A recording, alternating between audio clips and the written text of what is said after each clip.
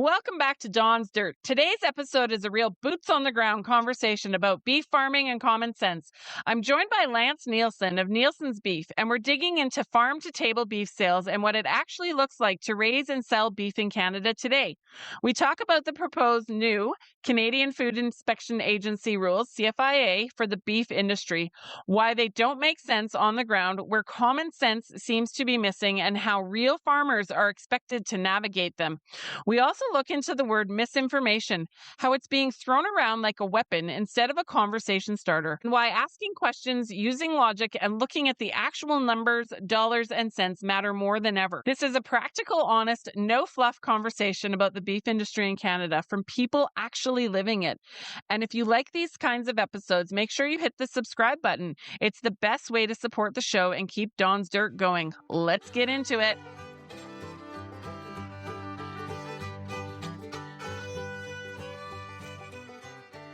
So welcome here, Lance. I'm super excited about this episode. You are a farmer in Alberta here, central Alberta, and you're a beef farmer. Can you tell me a little bit about yourself? Sure. Yeah, my wife and family, my kids and I, we farm in Stettler County, so east central Alberta. We have the beef operation, so that's we have mother cows that have calves every year, cow-calf operation. Plus, we have a small confined feeding or a feedlot where we just focus on feeding future mother cows. Basically, we do heifer development, is what we call it. So everything we bring in is has the potential of being a future mother cow, and the ones that don't become mother cows for whatever reason, we usually try to fatten them up. We take them right to finish, and we have off-farm beef sales, so direct-to-consumer beef sales for the ones that we fatten up. I love that. And so your on-farm beef sales, where do you sell? Do you sell online? Do you go to farmers markets? How do you do It's that? Where do you go? it's all online, so we just have a website, nielsenbeef.com, and we just sell. People, follow us on social media, get to know you, like what we do, and they go to the website and make their order. And we used to sell more Alberta wide. We used to focus on all of Alberta, but COVID made shipping very expensive. So now we just try to focus on central Alberta, kind of that Stettler through Red Deer type of area, and usually deliver everything ourselves when it's like that. And we like that a little bit better. We don't really ship too far abroad anymore. Fair enough. Fair enough. Yeah. What made you get into farm to table sales? We were a pretty small farm back in about 2015. We had about, say, 35, 40 mother cows and off-farm jobs as well. And we're just looking for a way to expand. Like 2015 was when oil field and everything crashed and things got pretty rough in Alberta for a bit there. We got the NDP government and, shut down coal and, it seemed like everything was under fire. It was hard. So we thought, well, let's expand the farm. So we started finishing the calves from our small herd of mother cows, and we just kept growing and used that to grow into the farm that we are now. For sure. I love that. And so I'm just curious, do you make a little extra off your beef? Selling, like doing it that way, or is it about the same, or does it go up and down? It goes up and down. Like, prior to maybe a couple of years ago, we did make extra, and you need to. It's a lot of more work to sell direct. We need to make more. Honestly, the last year and a half or 2 years, we'd probably make less. We'd make more money just going and selling a live animal at the auction mart. It's a crazy market right now in the beef world. So yeah, we probably make less and have more work by selling direct, right now. But that can change in another year. It could go flip back the other way. So yeah. For sure. Yeah, I've done farmers markets for many years, and I've talked to different beef producers, and it's gone both ways at different times. It's gone, where you make a bit more and you make a bit less, but for sure. Now, I'm curious, are your cattle, are they grass finished or grain finished? They're grain finished. We slow finish them. Like, we don't push them very hard, but they do get some grain to finish, and I like the taste better with some grain to finish. Everything that we feed them, growing on our place, and we actually finish with oats a little mostly. I mean, sometimes we grow barley, but we slower feed them, slower finish, but it is grain, yeah. Nice. I love it. So you started your social media page. Let's chat about that. You've become a hot topic online these days in social media, all over the whole CFIA thing. So can you tell us about that? Like, what is going on here in Canada with our beef? Yeah, well, I've always had a social media presence. That's how we've, got the word out, and we have social media presence for the online beef sales. And that just kind of kept growing. You become more comfortable with it over the years. But um, yeah, well, I certainly have got more widespread the last month with the CFIA changes, and I became pretty vocal on it immediately. Like, I recognized it for what it was fairly quickly. Like, it, in order to make changes, like right away, as soon as I saw it, I thought, well, what's the economic reason for this? Like, if you're going to do these drastic changes to an industry, there needs to be some sort of economic benefit for it, an economic payoff, and there just wasn't one that I could see. So I started asking questions about that. I saw your post, the poster you made, and that certainly got me going. The first time I heard about it was in December, and thought, okay, well, this doesn't make a lot of sense. And then your poster right at the beginning of January, then things took off like wildfire. And the more a person digs into it, the more you realize, yeah, there's absolutely zero economic benefit to this. And as time goes on, it becomes more ridiculous as the more things you uncover. For sure. So I actually have listeners in across Canada, but I also have listeners in the States and even in Australia. So can you just explain the bureaucracy and the rule changes to us? So if someone knows nothing about it, can you just explain what's going on to us? Sure. So right now we have a system that we have brand inspectors, and we have hot iron branding, and we have paper manifests, and we have herd of origin RFID tags. So every animal that leaves their herd of origin has to have an RFID tag. And so when you buy your RFID tags, all those are registered to your home premise. So when you go and sell one, or you move an animal for any reason, you are to make a paper manifest. And when you sell an animal, it goes through the brand inspector system. So that includes a paper manifest. It verifies that it all checks out with a brand inspector. Those papers are filed, and the new owner has a copy. The seller has a copy. LIS, it's called, Livestock Identification Services. They have a copy. So that's the system we have now. And, it's worked for a long time, right? Like, I mean, this was in existence when BSE happened in, 2003, I guess it was, 2003. And, we tracked down everything that happened within 2 weeks. Now, the border remained closed with the U.S. for 2 years, but we did have everything tracked down within 2 weeks, right? So that system works well. And, there's been other, say, cases of that, a TB and different things that have happened over the years where they quickly investigate and find the problem.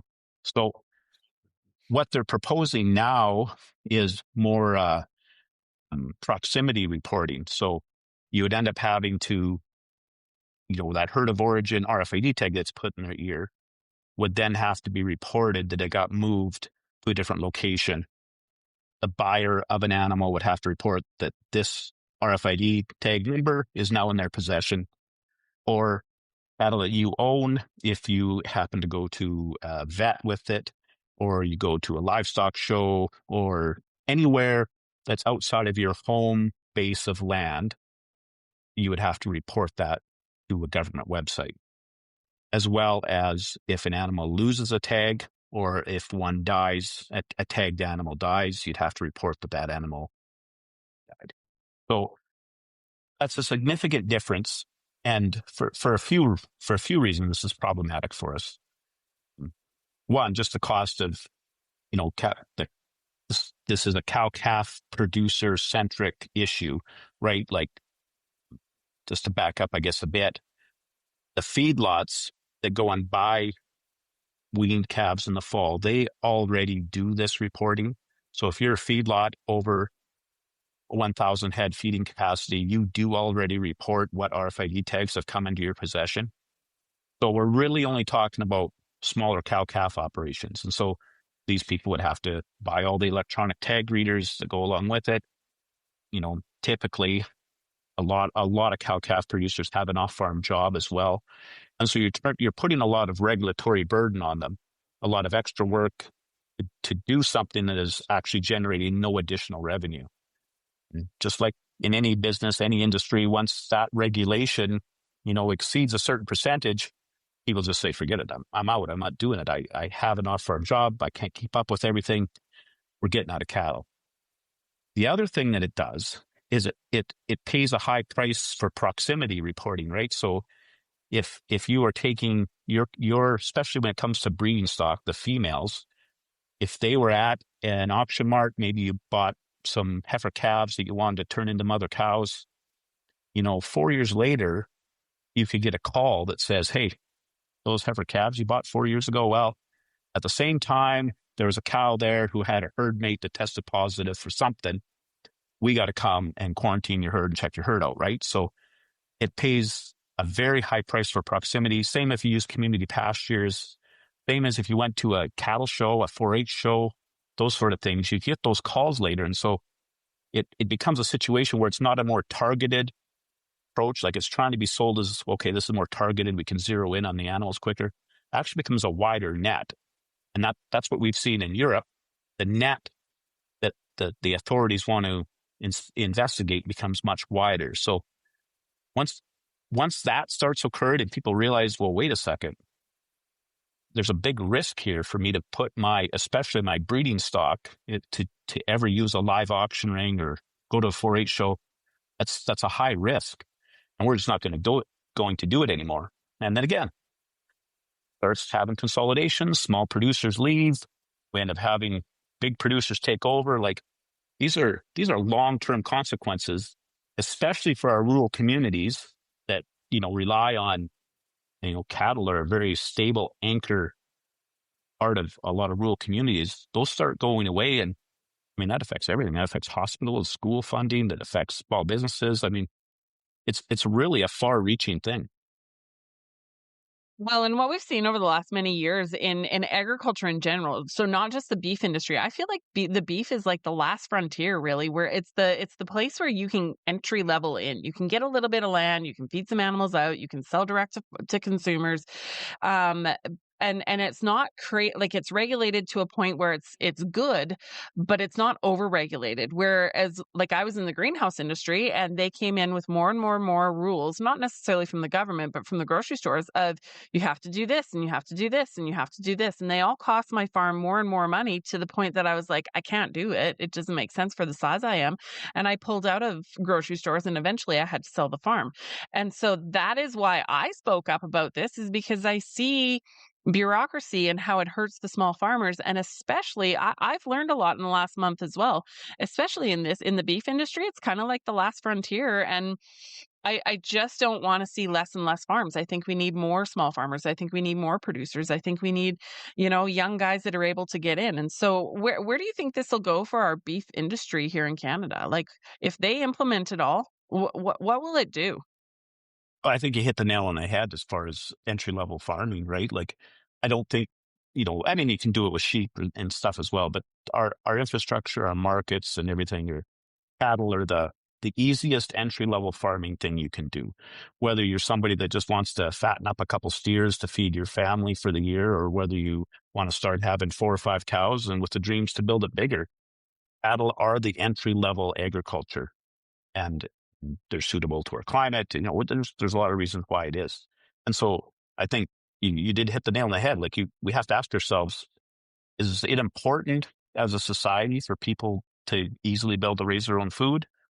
Is it important to be able to have people, be able to start farming and have an entry level product that they can build up with? Like those are big things, and over regulation and continually pile on regulation, that prevents it. It stops it. I don't care what industry you're talking. You said with the greenhouse industry, in Alberta, we have lots of oil and gas and construction. You don't see owner operators anymore in oil and gas and construction. You don't see one guy with one truck or one backhoe or something like that anymore, right? The ever increasing regulation it favors big organizations. For sure, and it pushes the little guy out. You look at our trucking industry, I've got a friend that's a trucker, and yeah, it just the bureaucracy and the rules and regulations push the little ones out. What I find really ironic, actually, when I sold produce to customers, I went right into the city of Calgary or out to Canmore, and my customer base, actually, they were very left-wing people. They were all NDP voters. They love liberal governments and things like that. But they also love small business. And I just found that really ironic that, we've got one side that loves small business, and yet there's lots of rules and regulations. And here we've got the other side who's conservative, and we like freedom, or typically conservatives like a bit more freedom. But these rules and regulations that are being put down, from the CFIA and are just like, it's going to push the small business out. And it doesn't make sense. It just doesn't follow just one line and one section. No. It's kind of crazy to me, actually. Yeah, I agree. I don't even know if things are left and right anymore. I don't even know if that's labels that we should use. It's people who want to control and versus people that don't want to be controlled, right? There's people that appreciate freedom, and there's people that want to control everyone. And I don't think that runs on left and right or party lines anymore. And, unfortunately, what happens, like as we get more urbanized, I think we get a disconnect from what life is like in the trenches to actually get food to your table or turn on a light switch and have electricity there and all those things. And so we end up electing some poor people that don't understand it either, but whatever, that's fine. I don't think it's a left and right conservative or socialist lines anymore. No, I think part of the thing that I found really sad with this whole beef thing as well, because I'm not in the beef industry. I have 4 goats. It will affect my 4 goats, but it's just 4 little goats. It doesn't really matter. It's not going to affect my livelihood or anything. But what I've seen and learned in the last little bit here from attending some of the meetings and things like that is I've seen a real disconnect, and almost like a push, like, or a division between the really big producers and the small producers. I don't know. Am I out to lunch there, or what's your thought on that? Well, I don't know if I agree with that totally. I haven't actually come really across anybody that's in favor of this, really. So I would classify myself as a medium-sized producer. Mm, I haven't talked to any big producers that like this either. And, Okay. I've certainly engaged with people that think it's an okay idea or a good idea, but it doesn't seem to follow any sort of size line. Whether you're big or small, there's some small, and it's very few. Like you talk to 100 people and you might run across one. Like it's very overwhelmingly being rejected, but haven't really found it come across any sort of size lines. Okay, yeah, perfect. Cool. That's great. So let's talk about the word misinformation. So we've heard that word around this whole issue thrown out a lot. Misinformation, misinformation, misinformation. And I know when we hosted that meeting, so we got together, a few of us, and we hosted a meeting in Innisfail, Alberta, to bring some awareness to this. We didn't Farmers and producers, ranchers, they didn't know what was coming down the pipe. So we had that meeting in Innisfail on January, can't remember. It was in January sometime, just to talk about this issue and talk about like what's going on, because it did really come out of left field. And we had over 500 farmers show up to hear about the new rules and regulations. And we just took our information right off the CFIA website to the best of our abilities. I mean, we're not perfect, and we did it to the best of our abilities. Even you mentioned the poster that I made at the beginning. I put the word births on that, and I said, "Oops, maybe that was a bit of misinformation." But I took accountability for it, and I've seen you take accountability on some of your posts and stuff like that. So we're just trying to navigate this the best we can. But we took the information right off of the government website, and then we hear the word misinformation coming around. And so what's your thoughts on misinformation? Well, that when they started saying misinformation, that probably motivated me more to go after them a bit more on this, because that really bothered me. So Yeah, you're exactly right. Okay, so that poster that you made couldn't have had the word births on it. But if that makes the difference, whether this is good or bad in somebody's mind, then they're not paying attention. Like, regardless if you have to report births or not have to report births, that doesn't change the fundamentals of this. So fine, there was an error, but nobody was putting out the right information. And to this day, I still have not seen the Canadian Cattle Association actually put out all the rules. They will piecemeal it out, yell misinformation, but through omission, they're spreading misinformation. Like I haven't, this has been the most frustrating part. Now I just laugh at it because they obviously are just trying to ignore it now and stick their heads in the sand. Hopefully it all blows over. But still, to this day, I have not seen a social media post, a graphic that the Canadian Cattle Association was liking to make there for a few weeks. Not seen a graphic that admits that you have to report the death of tagged cattle. And that's a big one. That's a really big one. And the reason they're not putting it is because it's a contentious issue. So they don't want it to be on there. So through omission, they're spreading misinformation, but they sit there and yell misinformation and, they're doing it themselves. So yeah, that's been a frustrating ordeal. Now I seem to see, I think they're just, got their head down and hopefully this all blows over and they don't even want to engage on it anymore. So I think if you were to take what not to do, that's basically the playbook that the CCA has been following.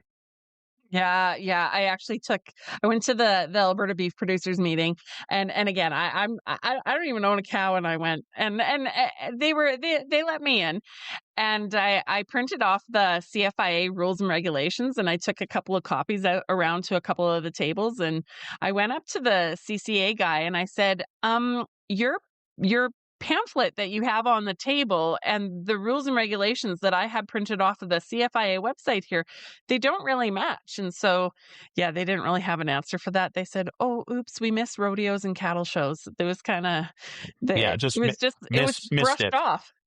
Yeah. Yeah, No, yeah. exactly. I mean, those are contentious issues, right? Cattle shows, vet visits, death reporting, lost tag reporting.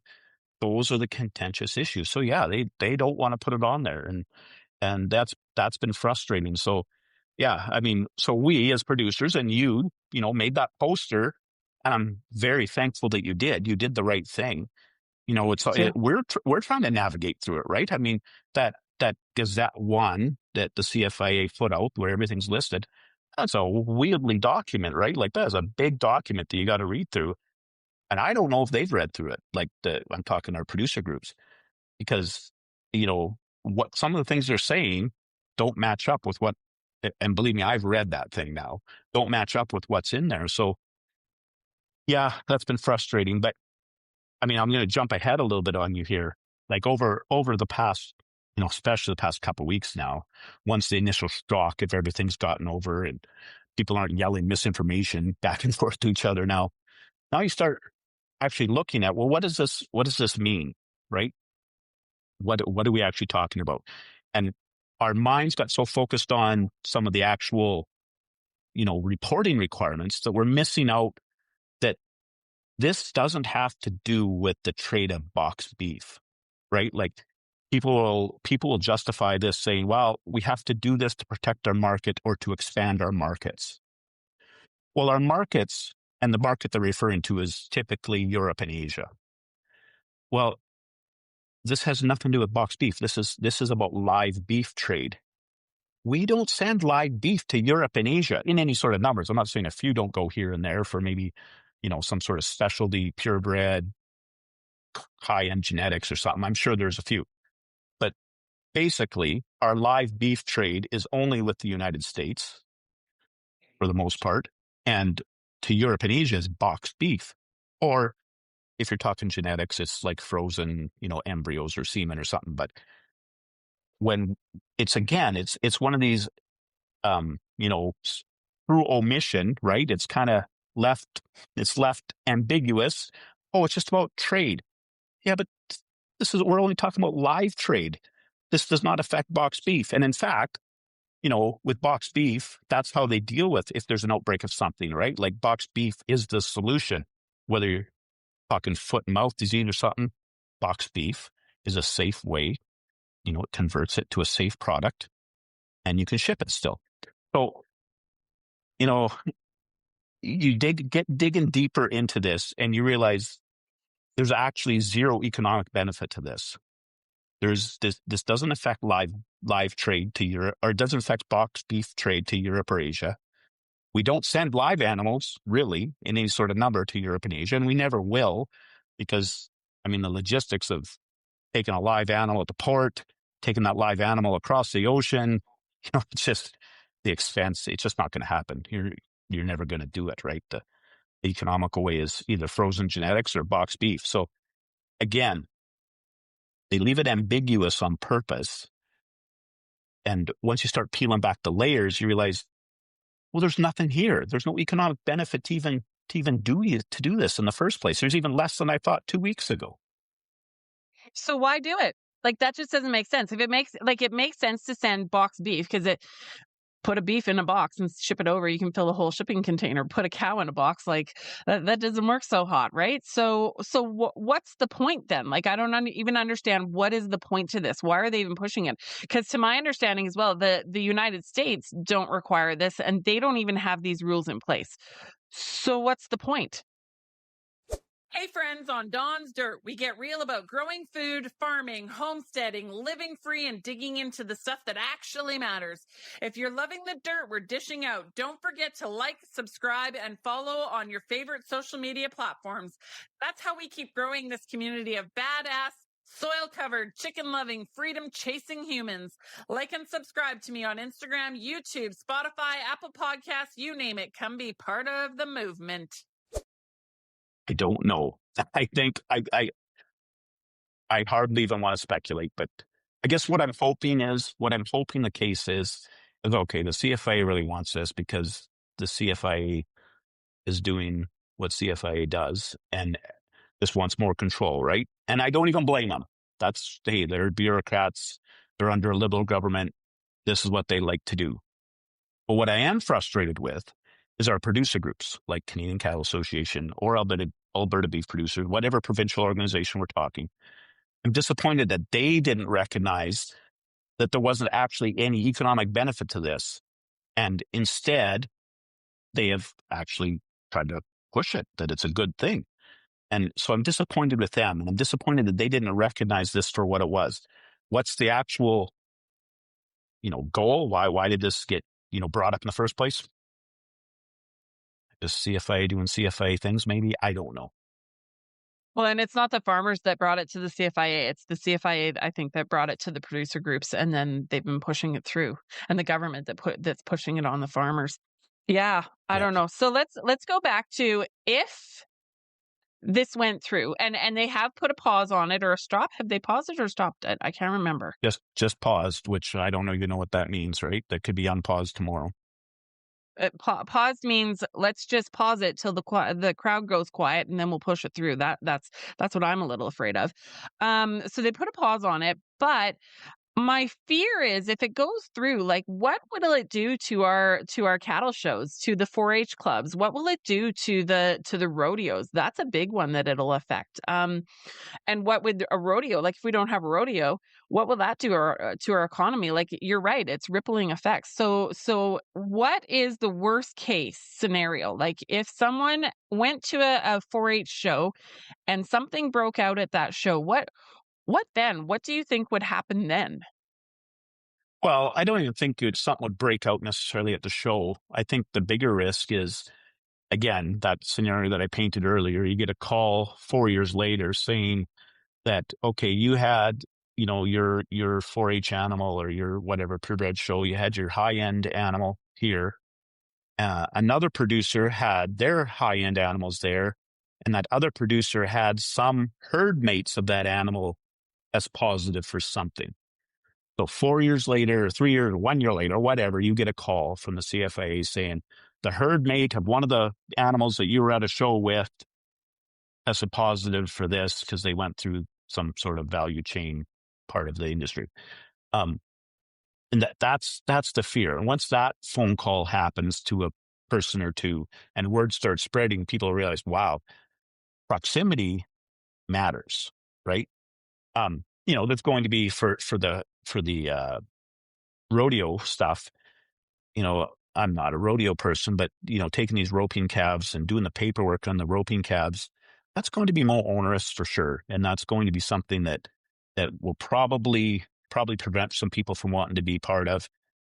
And same with shows, the extra reporting and the extra work and reporting would certainly add more to it.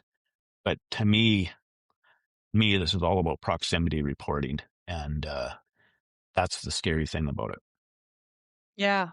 So I'm just curious because the whole foot and mouth, I said the wrong thing to someone and they corrected me. So, but I still don't even know what it is. So foot and mouth, that I kept hearing the words foot and mouth, foot and mouth, foot and mouth You'll see disease. the acronym So FMD, foot and mouth disease, FMD. Yeah, yes. FMD. Y- Yeah. Yeah. So let's say you had a 4-H meeting and one of those steers tested positive for FM, foot and mouth, Yeah. whatever it is, foot and mouth. Yeah. Then what? What happens from there? Well, foot and mouth, I mean, that's a game over. I mean, like honestly, if foot and mouth broke out in Canada, I mean, borders are shut. There might even be military at the borders. Like it's over. Like that's no play. That's a big deal. So, I don't even know why we would pretend that we can solve anything with ear tags in their ears versus the fact that we already have, manifests and brand inspectors. Like it's just over. Trade is over, right? No live animals are going anywhere when you have a foot and mouth disease outbreak.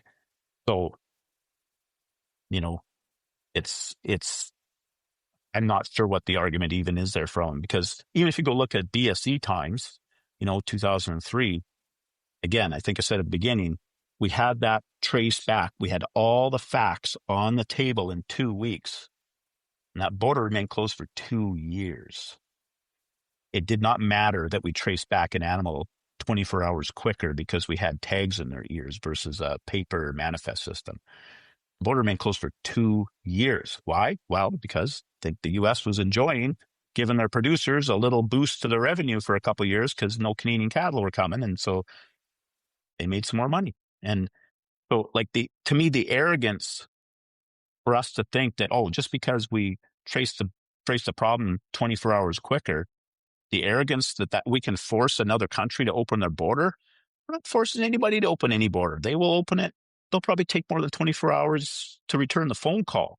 Like, having all this regulation, hurting our industry because we think that we can force another country to open the border 24 hours earlier when, like, China just had their border closed for 3 years to us for no reason at all. The U.S. kept the border closed for 2 years. Like, still makes no sense. Yeah, for sure. Well, and I've been saying, I'll just say what I think here. He who controls the food controls the people. And I think that's why I love producers like you who are actually butchering beef and selling beef to consumers, connecting the farm with your social media and showing what you do with your animals. I think that's a beautiful thing, just connecting customers and people to the farm. Um, yeah, I think it's a dangerous spot if we just rely on a big food system. One of my fears moving off of my farm was what am I going to feed my children? Because when I had my farm, I had sheep, I had chickens, I had lots and lots, I had so many vegetables I could feed an army. And yeah, I just moving off the farm, I was like, what am I going to feed my kids if things go sideways? And that's been really important to me. And that's what I've built a business around now, is teaching others how to build businesses around that. So Well, how rewarding is it? And this happens, especially in the fall for us, that, when your garden's coming in and stuff like that, it's really easy to, but if you plan right and can right or freeze things right, you can do it lots of time of the year. But how rewarding is it when you sit down at a meal and everything on that table was grown by you? And I mean, that's just a feeling that I wish everybody could have.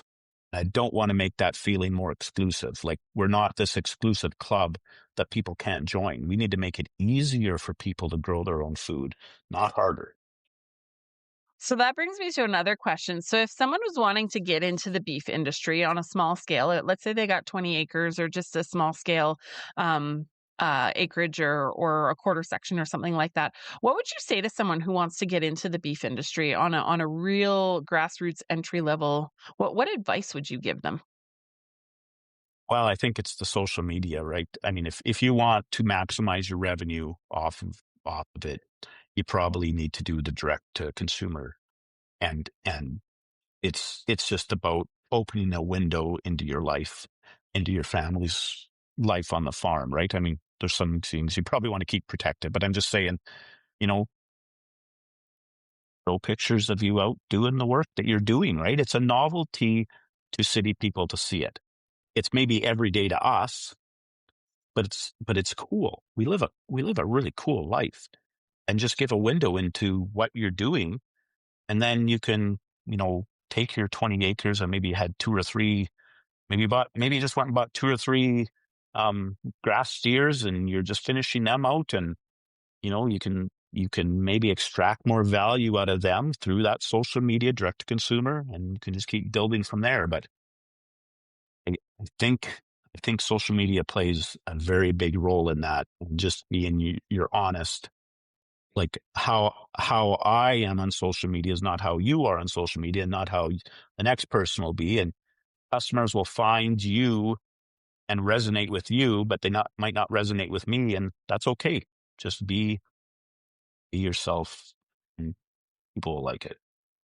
Yeah, for sure. And you know what? That's one of the things hindsight after selling my farm and knowing what I know now on this side of it.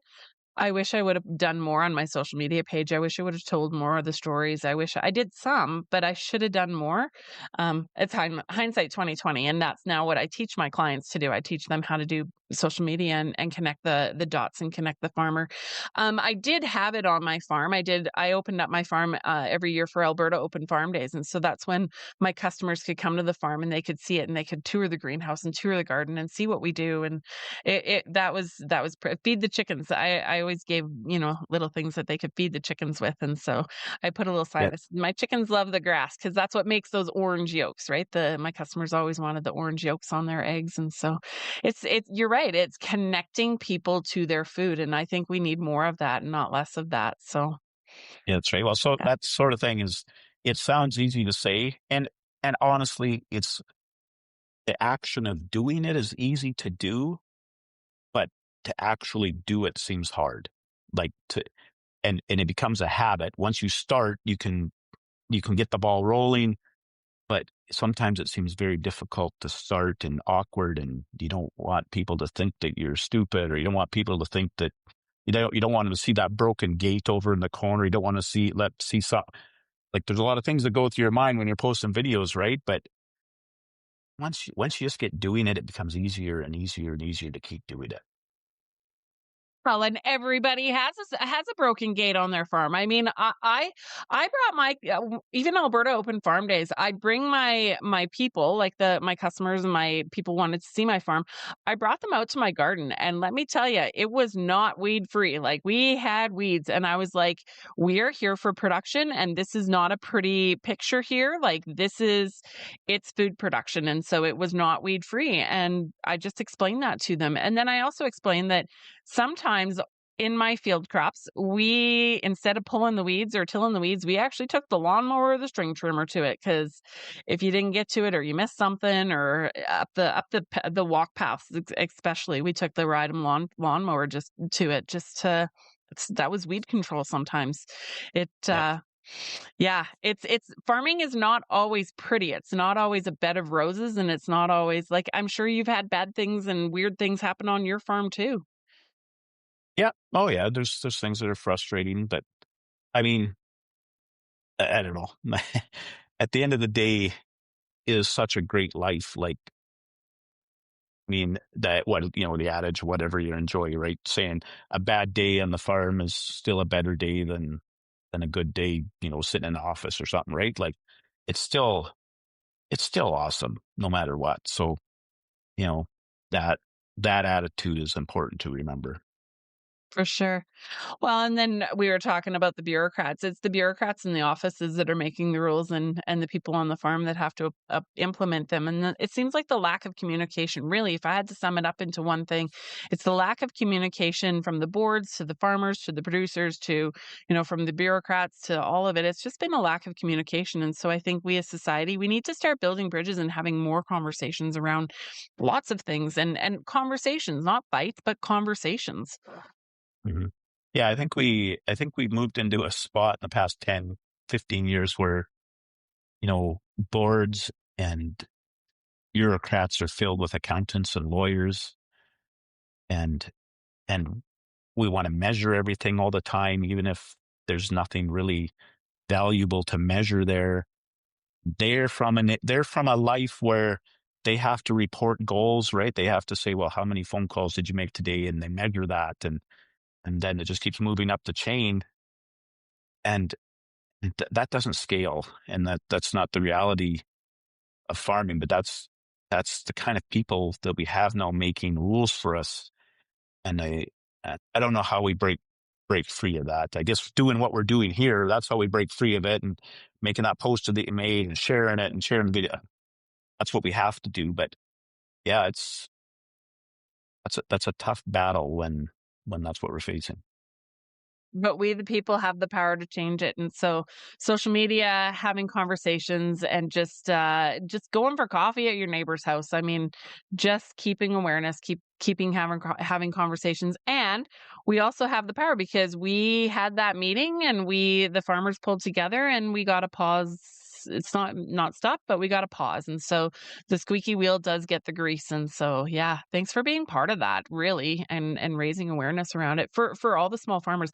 As I'm talking, I'll be honest with you, I'm out talking to different people all the time, and I say, do you follow Nielsen beef? You should probably follow Nielsen beef. Follow Nielsen beef. Follow Nielsen beef. Like, I just say it over and over and over again, just because I think you are such a great, logical, well-read. You've actually read the documents from the source, and yeah, I think that's really been helpful. You've really held a voice for smaller producers. And so I don't know if anyone's ever complimented you, but you should be proud of yourself and what you've done for the beef industry. So I'm going to publicly thank you, sir. Well, I appreciate it, and honestly, it's been actually pretty good. Like, there's a show, a youth cattle show, and a regular show on the weekend in Stettler. So it's 3 days, and I walked around the event for all 3 days, and I got stopped a lot, actually, and people were always very happy to tell me that they appreciate that I was saying things, and that means a lot. I really appreciate that. And I've gotten phone calls from producers in other provinces, wanting to kind of replicate what we're doing here in Alberta, and so that feels good too. And I appreciate all those comments for sure. For sure. And recently you just did your own live video with a man from the UK. Can you just maybe let's take a few minutes to recap that? So can we poach that episode? Like, it was not really a podcast, but you did a live on Well, yeah. your Facebook page? Well, I was supposed to be a live Facebook, and apparently all these gray beard hairs I have showed through, and I couldn't even get the technology working right. So we ended up doing a TikTok live, which worked, with Facebook also running at the same time. But anyways, yeah, I talked to, so he's calls himself the Beef Farmer. Good follow if you want to go find him on whatever social media platform. And he's in Wales in the UK. And so I thought it'd be interesting to talk to somebody that actually produces beef under, you know, this system that is trying to be imposed on us. So they have a cattle passport system where, cattle, every animal has a unique passport that has to follow them through their life cycle, right? And it's very similar to what's being proposed here. I think theirs is maybe a little bit more ridiculous. They seem to have to make duplicate copies of everything. That was one thing that I found kind of amazing. But other than that, it was very similar to what we do here. And what you can see is, one, I asked them, hey, has this resulted in consolidation? Like, are you guys losing a lot of small farmers? And he said, yes. I mean, yes, that's what's happening, right? But the other things that are scary is, well, one, and when it comes to diseases, like the UK has an absolute out of control TB scenario, right? So they have all this regulation, and yet the TB spread is worse in spite of all this regulation. So, this is being sold to us as a way to target and get a handle on the spread of especially something like TB. Well, it's the opposite there. It's worse. It's getting worse every year there. And they have other issues with control of the wildlife population that's actually spreading it and stuff. But all these bureaucrats are making these regulatory decisions, and the spread is getting worse. But, and then some of the things that are so concerning, I actually just released a snippet of a video from it today about what happens. They get an annual surprise inspection on their cows every year. It's a surprise inspection. And what happens if you don't, if something's out of inspection, right? Like, is a cow missing a tag? Like every one of their animals has to have a tag in. And what if an animal's missing a tag? You're expected, doesn't matter what time of year it is, doesn't matter, those cows could be out on pasture in July, roaming, 500 acres. I guess it's UK. They probably only have 5-acre fields, I guess. But anyways, in our scenario, 500 acres, and they expect their producers to get those animals in every single month, no matter where they are, to inspect if they're missing a tag. And then they have annual surprise audits to make sure you're following through. And those auditors have the power of arrest, and they have powers to give you fines, and they have powers to claw back subsidies, because UK has a highly subsidized industry because it's so regulated. They had to start subsidizing their farmers to keep farmers, going. So, like, those things are scary, like not just a little bit scary, like very scary, because the more regulation you have, the more control they have. And then they start bringing in subsidy schemes because, well, people are crying, well, we're losing our small farms because the regulation is killing us. Okay, well, let's give you a subsidy. Well, then they have you in their palm, right? Then they have everything. And so do we want that here in Canada? I would say no. No, that's right. I mean, that's what we need to be very aware of. And I don't think that's conspiracy minded. That's not slippery slope worry. That's real. Like, that's forward thinking, saying, look, we have a roadmap. We can see it's happened already here in the UK. Like, why would we be different? And I think it's very regressive thinking to not draw the parallel that, hey, you're implementing the exact same guidelines and regulations that destroyed the European livestock industry. Why would we want to impose that on ourselves? Like, I mean, that would be a missed opportunity for us, right? So they have wrecked their livestock industry. They're going to need to import more food. Why would we want to destroy our livestock industry so we can't be there to import more food? Like, let's not make the same mistakes. Are you sitting on a farm or homestead that could be making you real money? Tired of guessing on how to market your products? I owned a 36,000 square foot greenhouse. I ran 2 farm to table stores. I had 30 people on payroll. I brought in $2.5 million in gross revenue in 2020, selling farm goods directly to customers. Now I teach farmers and homesteaders how to make money and save money off the land they already have. Whether you're selling eggs, beef, produce, baked goods, or anything in between, if you want to get into direct marketing and grow your sales, I'm the girl for you. Stop leaving money on the table and start putting it into your bank account. Join me at Dawn's Dirt Business Coaching, and let's make your farm pay you back. For sure. Well, and you touched on the word conspiracy theory, and you're right. It's not a conspiracy theory. It's just logic. It's reading documentation off the CFIA website. It's, seeing where it's coming from. It's learning about the rules and regulations and the things that they want to impose, and then just looking at, the neighbor across the pond and how that's worked for them, and just using your brain. It's not about conspiracy theory. Like, it's got nothing to do with it. It's just plain old logic and facts. And where's the economic benefit? Like, okay, so we can see the downside. We can look at the UK and say, okay, well, here's what happens. Where's the economic benefit to even first even consider that we should go down this path? And they cannot even show an economic benefit for doing it.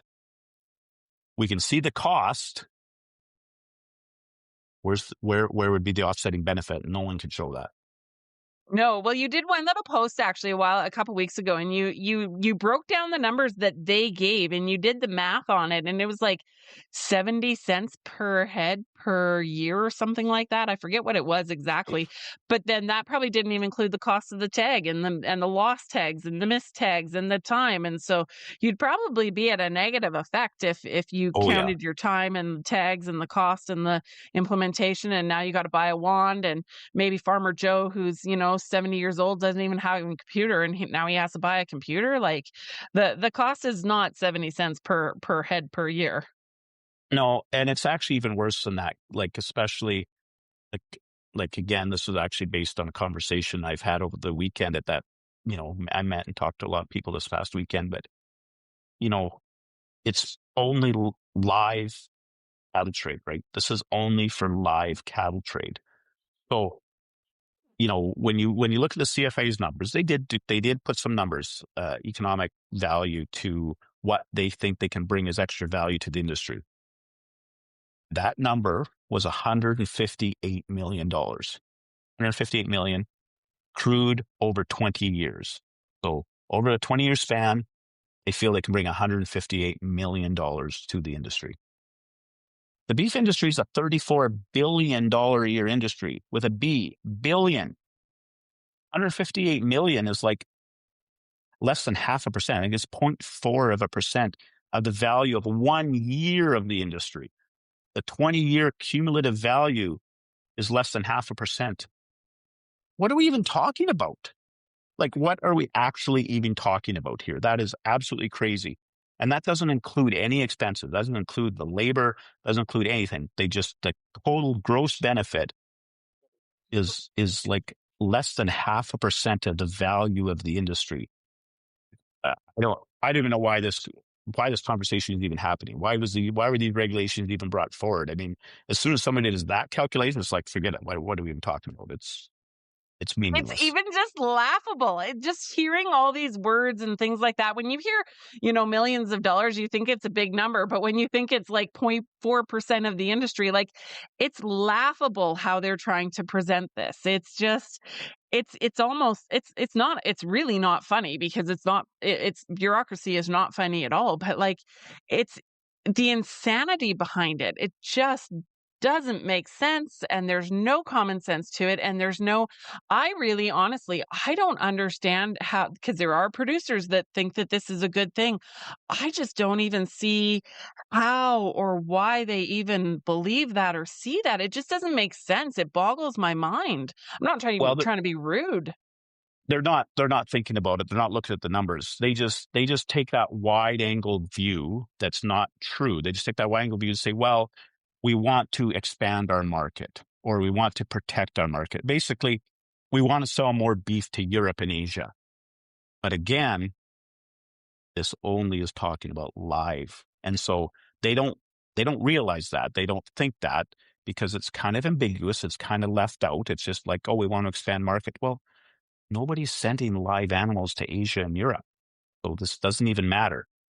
Once people were to realize that, okay, this isn't talking about boxed beef. This is only live, and we're actually talking about under 0.5% of the value of the entire industry. Okay, well then forget it. But that's not common knowledge yet. It's starting to become more and more common knowledge. But people that are for this haven't put those two things together yet. For sure. And I think there's a little bit of fear mongering around it too. What about the borders and what about BSC and things like that? Like I can understand that you do. I don't think there's a farmer out there that would say, "Hey, yes, let's have another BSC event in Canada," because like that was so brutal for so many farmers, and I know farmers that had to get out of it, and it was awful. And so, yeah, I think there's just a bit of a fear behind it, disease and control and things like that. But and so I can have some grace or um a measure of grace for the fear behind it, because farmers are very passionate. They love their farms. They want to keep their industry. They will fight tooth and nail to do whatever they need to do for their farms, big or small. And I think it comes down to a bit of fear mongering. Yeah, and I think that one thing that resonates with people, like we do have BSE burned in our head, right? Burned in our psyche, but we don't necessarily have the timelines correctly burned into our psyche. When you start remembering back and looking specifically, saying, okay, we had it traced back in 2 weeks. The borders still remain closed for 2 years. You're like, oh, yeah, okay. Then it didn't matter how fast we traced it back. Yeah, it's the bureaucracy that didn't catch up with the system. Yeah. For sure. Well, thanks so much for being on the show. Any last final thoughts about your farm, about the systems, about beef, about why we should eat beef? I don't know. Give us words of wisdom, Mr. Lance, because I think you're a brilliant man. Well, thank you, but I'm not sure that I am. That the only thing I would say, you when you said words of wisdom about why we should eat beef, I've never understood why we hold honeybees in a high regard, but we don't hold ruminants in the same high regard. Honeybees are so important for pollination, but ruminants, well, are also important for the ecosystem to keep, vegetation control. And, we're talking about carbon capture. I mean, the cows eating the vegetation continues to make the roots grow and pull carbon into the soil. Like I can't understand how we vilified, or how a certain part of the population has vilified cattle. They are just such an important part of the ecosystem. And without them, we would, we would be in trouble. Similar to if we ran out of honeybees, we'd be in trouble. We'd be in trouble if we didn't have ruminants roaming the planet. Sure. No, it makes sense to me. And personally, I like to eat beef. Yep. I have chickens. I had some pigs this year. I like, to be honest, I like beef best. There is nothing better than a good steak on a plate, for sure. That is great. That is great to hear.